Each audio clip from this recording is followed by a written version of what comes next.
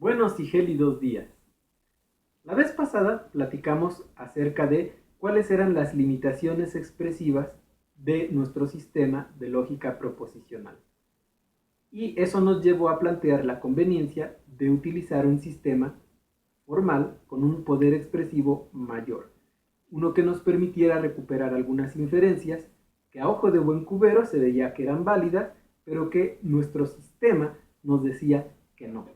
Y no porque de verdad fueran inválidas, sino por las limitaciones propias de nuestra lógica proposicional. En esta ocasión voy a comenzar a presentar ese sistema que vamos a utilizar. Un sistema formal de lógica de primer orden con identidad. Eso va a ser importante. Solo vamos a presentar el vocabulario, las reglas de formación y algunos de los usos que se le puede dar a ese vocabulario, a ese lenguaje. Todavía no vamos a comenzar a hablar de la teoría de prueba, esa la iremos viendo con calma un poco más adelante. Comencemos pues con la presentación del lenguaje de nuestro sistema formal de lógica de primer orden con identidad. Esto de con identidad es importante porque hay algunos sistemas que no utilizan identidad. Bueno, eso lo hablaremos con calma en clase. En primer lugar, vamos a tener que presentar el vocabulario, porque es un sistema formal, así que debemos conocer los símbolos que va a emplear el sistema. Vamos a tener a nuestras ya conocidas conectivas lógicas, no cambia nada en ese sentido, no agregamos nada nuevo, y seguimos teniendo nuestro símbolo especial para indicar contradicción. Hasta ahí todo va igual, pero ahora empieza a cambiar. Vamos a agregar un símbolo más, que es el símbolo de igualdad.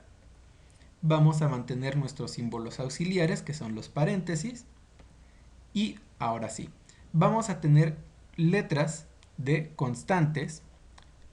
Aquí cometí un error, no le hagan caso a estas cosas, pero bueno, vamos a tener letras de constantes que van a ser as. En este caso vamos a tener as distinguidas por superíndices, así que vamos a tener A1, A2, A3 y vamos a tener un número infinito de ellas, todas las que queramos, pero es un infinito chiquito, no hay problema. También vamos a tener letras de variables, que en este caso van a ser representadas por X, y para distinguirlas vamos a utilizar también superíndices. Así que también vamos a tener un número infinito de ellas. Vamos a tener letras de predicado, no son lo mismo que las letras proposicionales, veremos que tienen un uso distinto en nuestro sistema, y en este caso vamos a utilizar P. P mayúsculas también las vamos a distinguir con superíndices numéricos. También tendremos un número infinito de ellas. Aparte de las letras de predicado, vamos a tener letras de relaciones. Y aquí noten que vamos a distinguirlas también por superíndices, pero además van a tener unos subíndices. Entonces vamos a tener varias letras que van a tener el superíndice 2, tantas como queramos, y se van a distinguir entre sí por el superíndice. Y vamos a distinguir también letras de relación que tienen subíndice 3 y se distinguen entre ellas por su superíndice, etc. Aquí tenemos tantas como queramos hacia los dos lados, o sea, tanto vamos a tener un número infinito de letras que tengan subíndice 2, como vamos a tener un número infinito de letras de relación con el subíndice 3, etc. Y también vamos a tener un número infinito de superíndices posibles. Aunque no vamos a usar muchos en realidad. Esto nada más es para no agotar fácilmente las posibilidades de nuestro sistema. Y muy similares, pero con un uso distinto, vamos a tener letras de función. Aquí también vamos a tener un número infinito. Dentro de poco explicaré por qué estos subíndices. Bueno, estos son todos los símbolos que vamos a utilizar en nuestro sistema. Este es el vocabulario. Ahora, a diferencia de lo que teníamos en lógica proposicional, aquí las fórmulas, es decir, las cosas que se van a valer, las expresiones que van a contar como parte de nuestro sistema, son complejas y se van a construir poco a poco. Entonces, vamos a ver primero unas que se llaman reglas de construcción de términos, que todavía no cuentan como fórmulas. Entonces, las reglas de formación de términos son las siguientes. En primer lugar, todas las letras de constante, todas son términos. En segundo, todas las variables son términos. O sea, x, x1, x2, etc. Cada una de esas es un término. Y las letras de función también las vamos a utilizar para poder crear términos, pero van a ser términos más complejos porque se construyen gracias al uso de otros.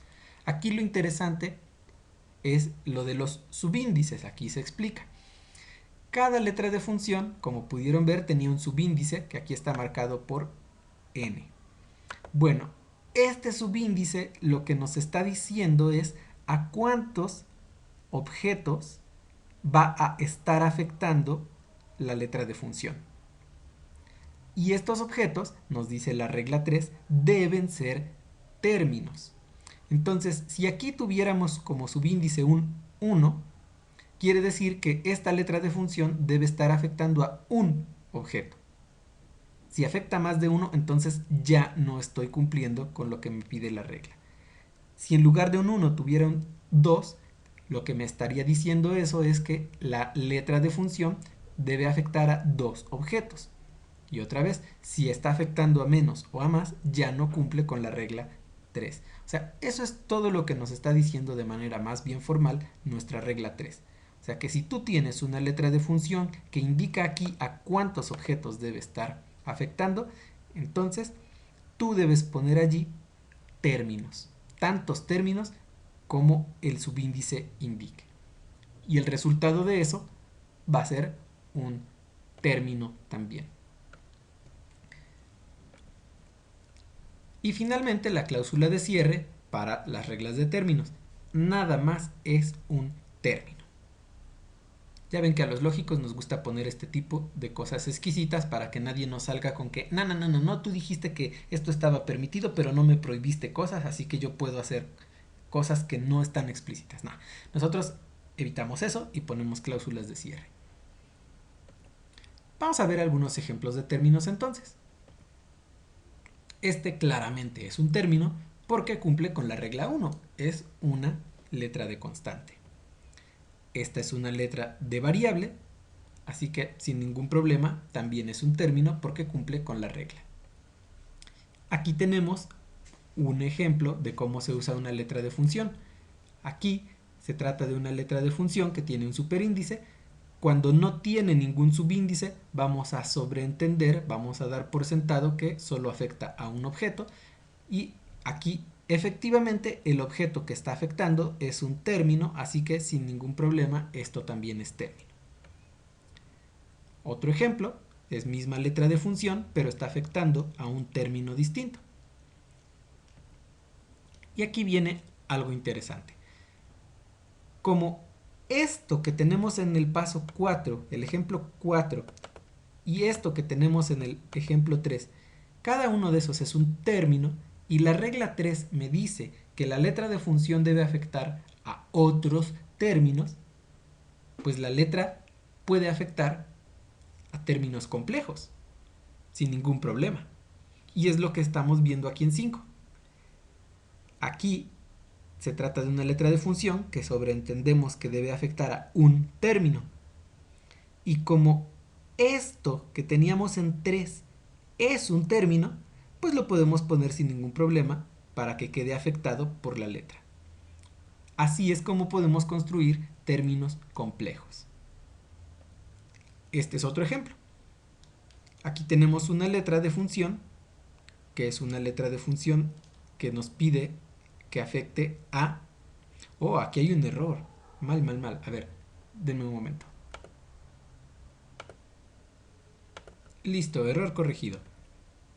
Aquí tenemos una letra de función que nos dice que debe afectar a dos objetos, o sea, a dos términos. Y podemos comprobar que sí. Este que tenemos acá es un término, lo sabemos gracias a que lo vimos en 3. El segundo es el término que teníamos en 2 como ejemplo. Y puede ser más complejo todavía. Nuevamente tenemos una letra que nos dice que debe afectar a dos términos y podemos comprobar sin ningún problema que las dos cosas que está afectando son términos. Pues pueden ser muy complejos los términos que se construyan gracias a las letras de función. Para poder estar seguros, en caso de que tengamos dudas acerca de si la expresión que tenemos frente a nosotros cuenta o no como término, simplemente pues seguimos esto. Si podemos construirla utilizando nuestras reglas, las que vimos, es un término. Pero si no se puede construir con esto, entonces no lo es y no va a contar como algo para nuestro sistema. Tomemos esta expresión, por ejemplo. Todo lo que está ahí son símbolos que se utilizan en nuestro sistema, pero la pregunta es si va a contar o no como un término. Entonces, lo primero que hacemos es intentar construirla. Sabemos que A es término, gracias a la regla 1, que dice que todas las constantes lo son. Sabemos también que esta expresión, la letra de función afectando a A, es término, porque nos lo dice la regla 3, así que todo va bien. Y el detalle ahí es que esto, F1 solita, sin afectar a nada, no es un término. No está cumpliendo con lo que nos pide la regla 3, porque no está afectando a ningún objeto. Entonces, como no es ningún término, ya con eso no voy a poder construir la siguiente expresión. Gracias a eso sé que esta expresión que puse al inicio no es un término. Vamos a ver cómo se utilizan los términos para poder formalizar. En primer lugar, al igual que lo que hacíamos en lógica proposicional, aquí lo que tenemos que hacer primero es establecer un diccionario. Aquí hay algo distinto a lo que hacíamos. Nosotros, cuando vamos a formalizar en lógica de primer orden, tenemos que establecer lo que se llama un dominio de discurso. Lo que significa que simplemente tenemos que decir sobre qué tipos de objetos vamos a hablar. En este caso vamos a hablar de luchadores. Esto del dominio de discurso siempre es importante especificarlo, más adelante veremos por qué. Por ahora compréndelo. Entonces, nosotros vamos a hablar de luchadores. Dentro de los términos, las cosas que usamos nosotros como términos, tenemos las letras de constantes y estas las vamos a utilizar para capturar objetos que nosotros ya conocemos por su nombre y apellido, digámoslo de esa forma. Entonces, como vamos a hablar de luchadores, vamos a asignarle a cada uno de los objetos que queremos capturar, que ya conocemos bien, una constante. En este caso tenemos la constante A asignada a el santo, le vamos a asignar A1 al cavernario, A2 a Blue Demon y A3 al Bulldog. Porque se me da la gana y recuerdo eso de el santo, el cavernario. Entonces, aquí tenemos a estas constantes. Entonces, cada vez que yo utilice una de estas letras al momento de formalizar, me va a servir para decir de qué objeto estoy hablando. Entonces, si yo veo A, sé que esta A estoy utilizándola para poder hablar del santo. Pero además de las letras de constantes, nosotros podemos utilizar las letras de función. Vamos a definir dos letras de función en este caso. La primera va a ser, podemos poner f1 de x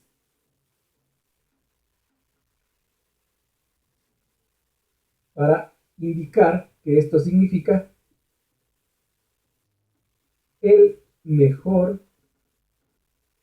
amigo de x. Y ya con esto lo que estoy diciendo es que aquí, en el lugar de esta x, va a haber algún otro término que va a referir a un objeto. Y que cuando yo cambie esta variable por ese término, entonces automáticamente voy a estar hablando del mejor amigo de ese al que el término que yo puse acá refiere. Vamos a poner otra. Ya tenemos al mejor amigo, pues podemos poner al peor enemigo. Entonces ahora va a ser el peor enemigo de X. Y aquí hay algo importante. Las letras de función son algo especial. Debemos tener cuidado al usarlas. En primer lugar, se llaman letras de función porque se utilizan así como funciones o de la manera en que se utilizan las funciones en matemáticas. Así que es muy importante recordar que cuando nosotros en matemáticas teníamos una función, lo que nos decían era algo más o menos así. Para que esto funcione bien, lo que necesitas, o cuando dices que tienes una función, lo que estás diciendo es que tienes un conjunto de objetos, pongamos A.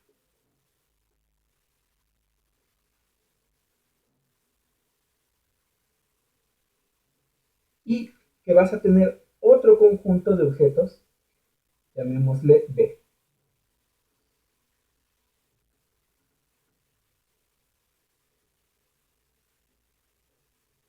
Ahora, para que haya una función que vaya de A hacia B, lo que se necesita es que todos y cada uno de los objetos que están acá tenga asignado uno y solo uno de los que están acá. Si no se cumple eso, lo que tenemos es una relación, pero no una función. Entonces, si yo quiero establecer una función que va de A hacia B, tengo la opción, por ejemplo, de hacer algo así. Entonces, a A asignarle B1, a A1 también le asigno B1 y a A2 le asigno B2. Y ya con esto estoy estableciendo una función, porque a todos y cada uno de los que están en este conjunto les estoy asignando uno y solo uno en este otro. Podría haberlo hecho de otra forma. Podría haberle asignado a B1, A1 a B2 y A2 a B2 y sigue siendo una función. Ahora, cuando no hay función, cuando tengo otro tipo de cosas, la forma en que esto falla, digamos, pueden ser varias. La primera sería que a alguno de los objetos que yo tengo acá le toque más de uno del otro lado. Entonces, si yo hago esto y le asigno aquí dos objetos distintos a A, no importa lo que pase después con los otros. Porque como este ya tiene asignados dos en el conjunto de llegada, ya esto no es una función, no se están cumpliendo las condiciones. Esa es una forma en que puede fallar esto, que a un objeto de aquí le corresponda más de uno acá. Y la otra manera en que podría fallar sería que alguno de los objetos que tenemos de este lado se quede sin nada que le corresponda de este otro. ¿Por qué digo esto? Insisto, todo esto tiene que ver con que las letras de función se llaman así porque se deben comportar de esta manera. Eso quiere decir que cuando yo digo, el mejor amigo de X es una función, estoy diciendo que a todos y cada uno de los objetos de los que estoy hablando en mi dominio de discurso, le debe corresponder otro objeto que sea su mejor amigo. Pero le debe corresponder uno y solo uno. Esto quiere decir que el santo debe tener algún objeto que sea su mejor amigo y solo uno, pero que también el cavernario debe tener algún objeto que sea su mejor amigo y solo debe ser uno. Y lo mismo pasa para cuando digo el peor enemigo de. Entonces, las letras de función debemos usarlas con mucho cuidado, porque hay cosas que no van a cumplir con esto. Si yo pusiera, o si yo quisiera poner, por ejemplo, como letra de función, algo que dijera, a ver, voy a poner acá, F2. Si yo pusiera aquí el abuelo de X, esto ya no va a cuadrar bien. Porque esto, ser el abuelo de X, o sea, cuando yo meta algún objeto acá, ya esto no me va a arrojar uno y solo un objeto. Porque una persona pues no tiene nada más un abuelo. O sea, una persona tiene 4 abuelos. Claro, uno podría restringir y decir, no, no, no, vamos a hablar nada más de los abuelos hombres, de los abuelos varones. Entonces, de todos modos, eso no me arroja solo un objeto para cada objeto que yo pongo acá. Me va a arrojar dos. Entonces, cuando tengo aquí algo que no me va a arrojar uno y solo un objeto para cada cosa que yo le ponga aquí en lugar de la variable, esto ya no es una función. Debo tener cuidado al usarlas. De todos modos, las funciones son útiles en el sentido de que nos ayudan a referirnos a objetos también, pero sin necesidad de saber su nombre. Nos referimos a ellos de manera indirecta. A lo mejor yo no sé cómo se llama el mejor amigo de Blue Demon, pero no importa. Gracias a la letra de función puedo hablar de él. Entonces, todas estas, tanto términos, tanto las letras de constantes como las letras de función, nos van a ayudar para capturar objetos en el mundo. O sea, ustedes hagan de cuenta que cuando dicen dominio de discurso, lo que están haciendo es meter a todos esos objetos de los que quieren hablar en una máquina de estas tragamonedas que están en las ferias, que tienen su garrita. Entonces, ya los tienen todos juntos. Y las letras y o sea, tanto las constantes como las de función, van a ser esa como garra que baja y captura un objeto en especial. Entonces, cuando ustedes toman la letra A y se la asignan al santo, lo que están diciendo es que la garra va a bajar, va a agarrar al santo y entonces ya van a poder hablar de él. Cuando tengan una letra de función que sea el peor enemigo de X, quiere decir que la garra va a bajar y va a agarrar a el peor enemigo de el objeto que ustedes pongan acá. Y como son recursivas, vamos a ver que estas letras además se pueden usar de distintas maneras. Bueno, con lo que yo tengo acá, ya tengo forma de referirme a estos 4 luchadores. Si yo quiero hablar ahora de el mejor amigo del santo, no sé cómo se llama, por eso no lo tengo aquí como constante, puedo ahora utilizar esta letra de función.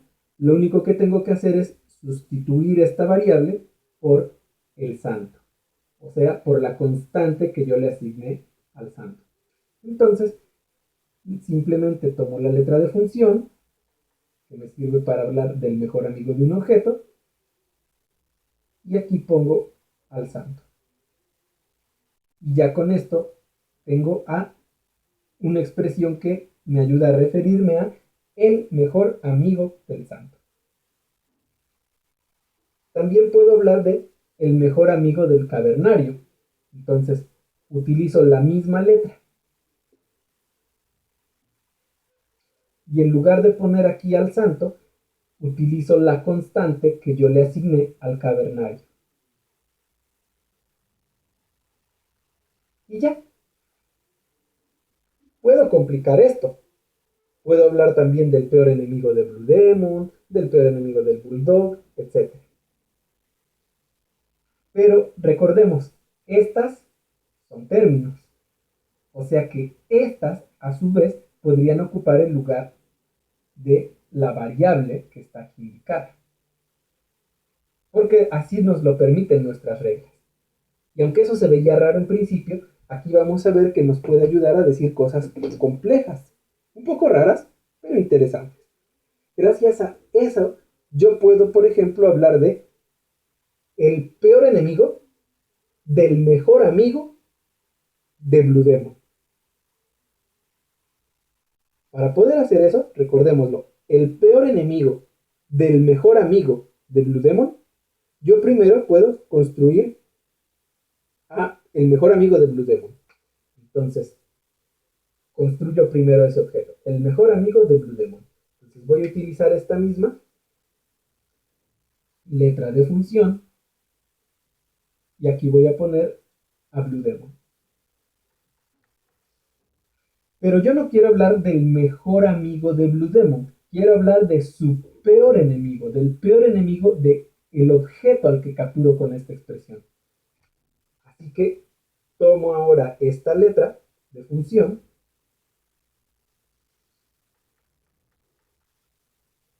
Y en lugar de la variable que está aquí, pongo este término. Así que va a estar afectando a toda esta expresión.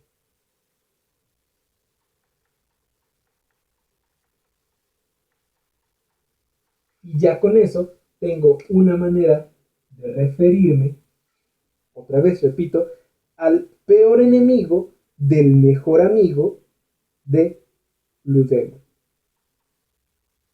Y también puedo hablar del peor enemigo del mejor amigo del Bulldog. Con una estrategia similar. Construyo primero la expresión que me ayuda a hablar de el mejor amigo del Bulldog. Que sería, otra vez utilizando esta primera letra de función. Y sustituyo aquí la variable que está asignada nada más por el Bulldog. O mejor dicho, la constante que yo le asigné al Bulldog. Ahora, como yo quiero hablar de el peor enemigo de este sujeto o de este objeto, como lo quieren llamar, pues construyo una expresión como esta. Otra vez tomo la otra letra de función y aquí el objeto que voy a poner es ese, al que yo capturo con esta expresión. Y de esta manera ya tengo una forma de referirme, aunque yo no conozca su nombre, al peor enemigo del mejor amigo del Bulldog.